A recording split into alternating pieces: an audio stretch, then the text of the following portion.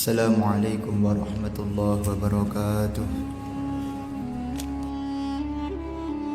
Apapun dan seperti apapun yang namanya majelis ta'lim itu pasti membawa keberkahan. Walaupun niatnya bukan lillahi ta'ala, walaupun niatnya bukan karena mencari ridho Allah, tapi karena dia datang di majelis ilmu pasti akan mendapatkan berkah dari Allah Subhanahu wa ta'ala. Satu-satunya majelis yang pasti mulia adalah majelis ilmu. Seperti itu.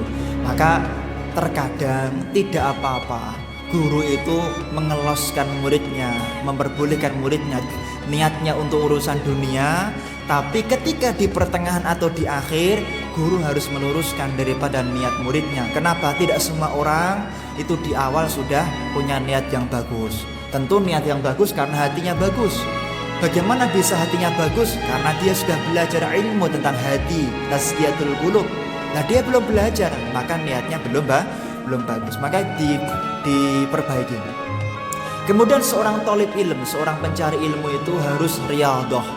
Yani guru itu harus riyadhah untuk murid-muridnya. Kak Ketang setiap malam gurunya itu tahajud, Kak Ketang setiap hari gurunya puasa untuk murid-muridnya, Kak Ketang setiap hari gurunya sedekah untuk mendoakan kesuksesan murid-muridnya. Ini harus. Dan muridnya juga harus riyadhah. Misalnya setiap hari Senin sama Kamis itu puasa murid-muridnya.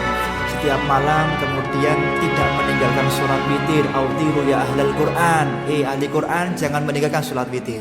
Dikatakan oleh Rasul Shallallahu Alaihi Wasallam. Jadi kalau jenengan menghafalkan Quran, jangan sampai meninggalkan sholat witir. Malu kepada Allah Subhanahu Wa Taala. Itu miliknya orang-orang yang ahli Al-Quran. Kemudian misalnya puasa Daud. Syukur-syukur puasa Dalailul Khairat, syukur-syukur puasa misalnya sholawat, puasa manakib dan seterusnya dan seterusnya. Ini perlu bagi seorang thalib ilm, pencari ilmu, seorang santri, seorang pencari ilmu yang dirinya atau gurunya tidak pernah riyadhah, tidak pernah melakukan tirakat kalau bahasanya orang dulu, maka dia akan dicoba satu dari tiga perkara. Yang pertama adalah khidmatus salatin. Delalah dia ketika pulang dari pondok, pulang dari tempat dia kuliah atau pulang dari tempat dia belajar, di rumah itu setiap gerak-gerak dakwahnya itu selalu dibayang-bayangi pemerintah. Apapun keputusan fatwanya itu tidak berani diputuskan karena takut sama pemerintah. Kenapa bisa seperti itu? Karena ketika dia mencari ilmu tidak pernah riyadhah, atau gurunya tidak pernah riyadhah untuk murid-muridnya. Seperti itu. Jadi entene dempel terus karo pemerintah. Wedi kalau pemerintah ngotoke hukum haram. Aduh, pemerintah saya kok melakukan wedi lah. Wedi seperti ini dibayang-bayangi pemerintah. Kenapa? Karena ketika mencari ilmu kurang riyadhahnya. Maka panjenengan ketika sekarang menjadi anggota majelis ta'lim, menjadi seorang santri, menjadi mahasiswa, perbanyak riyadhah, perbanyak tirakat. Tirakat itu juga harus puasa. Termasuk jenengan saya tirakat setiap hari, saya tidak makan kecuali sehari misalnya 3 kali saat 2 kali saja misalnya. Saya tidak makan kecuali yang tidak makan kecuali yang biasa-biasa saja, yang istimewa tidak saya makan dulu. Jadi riyadhah itu meninggalkan yang enak-enak, meninggalkan yang enak termasuk meninggalkan kemaksiatan kepada Allah Subhanahu wa taala. Yang kedua adalah mati muda. Mati muda maksudnya begini. Ilmunya di rumah kurang barokah. Delalah mawon. Mboten nenten sing ngaji kalih tiyang niku. Delalah pulang-pulang niku lho. Masya Allah nggih. Mboten nenten sing ngundang semaan cara bahasa niku ngoten nggih. Nah, semaan iki salah satu kita menjaga hafalan Quran kita nggih. Cara mboten nenten semaan ngoten nggih rada kabutan saya kira. Karena kalau kita ndres sendiri kan kita enggak tahu kualitas hafalan Quran kita. Ini nisbate Quran. Nisbate sing ngaji kitab pulang-pulang nggak enten sing puro nyimak seperti itu, nggak ada yang minta ngaji. Akhirnya ilmunya niku mati, ilmunya berhenti, atau kalau perlu dia mati dalam usia muda. Kenapa? Karena ketika mondok, ketika kuliah, ketika belajar tidak pernah riyadhah, tidak pernah yaitu prihatin, entah gurunya kepada muridnya atau muridnya untuk dirinya sendiri. Yang ketiga itu diberi masyarakat yang abangan. Cara Mbah Yai ngarani niku masyarakat yang abangan. Di pondok mboten ate riyadhah, Nah, mulih-mulih masyarakat niku omben-omben sedaya. Oh, masyarakat niku anyel dikandani. Kenapa? Ketika belajar jarang riya.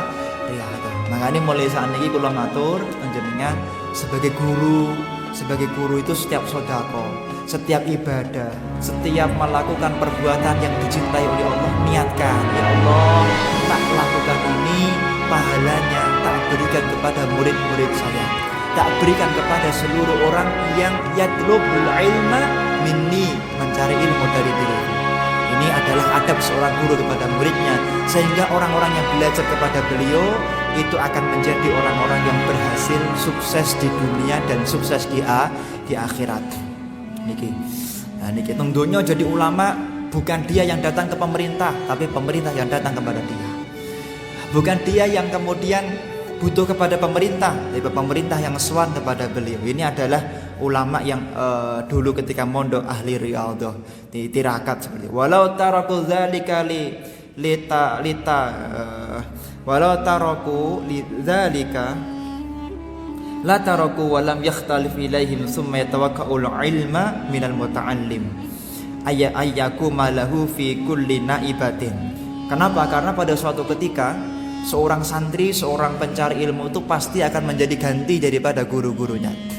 Penyakitnya orang yang mencari ilmu di zaman sekarang adalah, kata beliau, orang mencari ilmu niatnya bukan untuk bisa paham daripada ilmu yang telah disampaikan oleh gurunya, tapi dia mencari ilmu tujuannya untuk refreshing. Wah, nanti saya sudah pegel-pegel nih sebagai pegawai, sebagai pengusaha, saya tak mengisi hati saya datang ke majelis ilmu. Dia datang ke majelis ilmu bukan untuk memahami apa yang menjadi materi gurunya, materinya seorang syekh, tapi dia mencari ilmu untuk mencari refreshing saja. Ini penyakit, sehingga ilmu yang dia dapatkan sulit untuk bisa diamalkan. Maka datanglah ke majelis ilmu niatnya untuk bisa menjadi orang yang kelak menjadi naibatun fi kulli naibatin, yaitu menjadi pengganti daripada guru-gurunya. Jangan sampai datang ke Masjid Agung ini niatnya saya tak menjadi santri dulu, jangan. Harus ada cita-cita ke depan. Saya dalam waktu sekian tahun datang ke Masjid Agung Surakarta ini, ke depan saya akan mengganti posisinya Pak Mustain untuk duduk di depan. Ini harus ada. Karena seorang santri, seorang jamaah itu pasti akan menjadi pengganti daripada guru-gurunya. Jadi jangan sampai datang ke sini apapun dan seperti apapun umur jenengan. Oh Pak, umur kula mun 80 tahun, umur kula mun 70 tahun. Suf, di dalam kitab Ta'limul Muta'alim, Imam Zarnuji menceritakan ada seorang ulama yang ketika umurnya 80 tahun baru dibuka hatinya untuk mencari ilmu. Ada seorang orang biasa, umurnya 80 tahun baru dibuka hatinya oleh Allah untuk senang mencari ilmu. 80 tahun sampai 120 tahun mencari ilmu, baru 120 tahun dia kemudian menjadi seorang mufti. Jadi dari nol, dari orang awam gak pernah ngaji, umurnya 80 tahun, 120 tahun jadi ulama besar, bahkan jadi mufti, gak cuma ulama. Nah 120 tahun dia sudah mulai berfatwa. Jadi nak umurnya jenengan di bawah 80 tahun masih sangat mungkin dibandingkan kisah di dalam kitab Ta'limul Muta'alim tadi. Ayo semangat mencari ilmu dan punyailah cita-cita. Pada suatu ketika saya ingin menggantikan posisinya Pak Mustain itu. Tentu saya tidak akan hidup selamanya. Pada suatu ketika pasti saya juga akan kembali kepada Allah Subhanahu wa Ta'ala. Dan antumlah, kalianlah yang akan mengganti posisi di tempat ini seperti itu. Di dalam kitab Al-Alfiyah Ibnu Malik, Imam Ibnu Malik memberikan satu isyarah, wa ma yalil mudhafu ya'ti khalafa anhu fil i'rabi idza ma khudifa. Wa mau tawik mudhaf, yalika nyandingi apa mudhaf, setiap isim yang bersanding dengan mudhaf ilaih, setiap isim yang bersanding dengan mudhaf, yaitu mudhaf ilaih, maka isim tersebut itu harus selalu bersanding, tidak boleh berjauh-jauh. Kenapa? Anhu fil i'rabi idza ma khudifa. Ketika mudhaf itu dibuang, maka mudhaf ilaih lah yang paling patut menempati tempatnya mudhaf. Maksudnya apa? Ini bisa kita ibaratkan, seorang guru sama seorang murid itu haruslah selalu berta'alluq hatinya, bersambung hatinya. Kemana ketika jenengan susah, yang diingat jangan yang lain, yang diingat jangan bank dulu. Waduh, saya punya utang, yang diingat jangan bank. Tapi yang diingat gurunya, wajah gurunya, Masya Allah. Wajahnya Mbah Yai Abdul Khalik Hasan, wajahnya Mbah Yai Muhammad Hatta, wajahnya Mbah Yai Iqbal, Muhammad Iqbal. Dibayangkan wajah beliau-beliau yang orang-orang soleh itu. Nah, ini adalah bentuk ta'alluq. Kenapa? Karena ketika mudhof itu sudah tidak ada, sudah dibuang oleh musannaf, maka mudhof ilaih lah yang paling patut menempati tempatnya mudhof. Artinya seorang syekh, seorang kiai berserta dengan santrinya, berserta dengan muridnya tidak boleh tidak bersanding-sandingan. Harus selalu dekat, hatinya harus selalu nyambung. Kenapa? Karena ketika mudhof, ketika kiai sudah tidak ada, ketika seorang syekh sudah diambil oleh Allah, maka yang paling menempati tempat yang patut mengganti tempatnya syekh adalah orang yang paling dekat dengan kiai tadi. Maka jenengan harus selalu berta'alluq hatinya dengan guru-gurunya, berta'alluq bersambung hatinya dengan guru-gurunya. Habib Abu Bakar Al-Adini bin Ali Masyhur, kami masih teringat ya, di akhir-akhir kula teng Hadramaut pulang ke Indonesia, beliau mengatakan kurang lebih begini, wasfil qulubakum ma'a qulubi syaikhikum. Sambungkan hatimu dengan hati guru-gurumu. Itu kunci utama akan menjadi berkah ilmu-ilmu kita. Akan dibuka jalan oleh Allah, kita mampu berdakwah. Dikatakan bagaimana caranya kita bisa menyambungkan diri kita kepada guru-guru kita.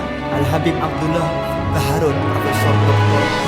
Abdullah Baharun atau Rektor Universitas Al-Ahqaf mengatakan salah satu bentuk menyambungkan hati murid kepada gurunya adalah dengan selalu membacakan Fatihah dan mendoakan guru-gurunya. Itu cara menyambungnya menurut beliau. Walaupun banyak cara yang lain menyambung daripada hati kita kepada guru-guru kita.